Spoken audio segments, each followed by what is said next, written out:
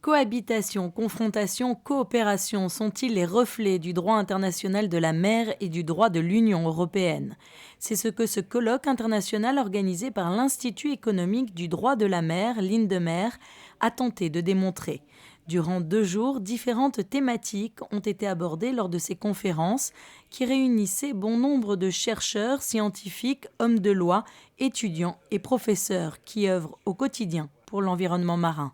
Ce colloque, c'était essentiellement l'application et la mise en œuvre du droit international de la mer par l'Union européenne.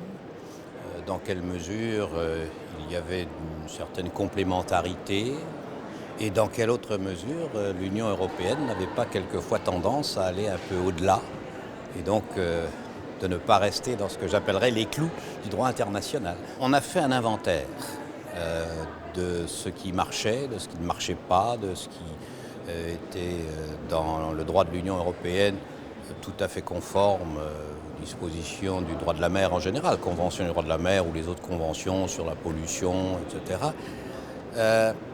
Cela dit, c'est vrai qu'il y a une petite tendance que certains jugeront fâcheuse de la part de l'Union européenne, de la Commission surtout, à vouloir toujours en faire plus. Et par conséquent, à aller, comme on dit, marcher un peu plus vite que la musique, quelquefois. Bon, voilà peut-être une des conclusions qu'on peut tirer.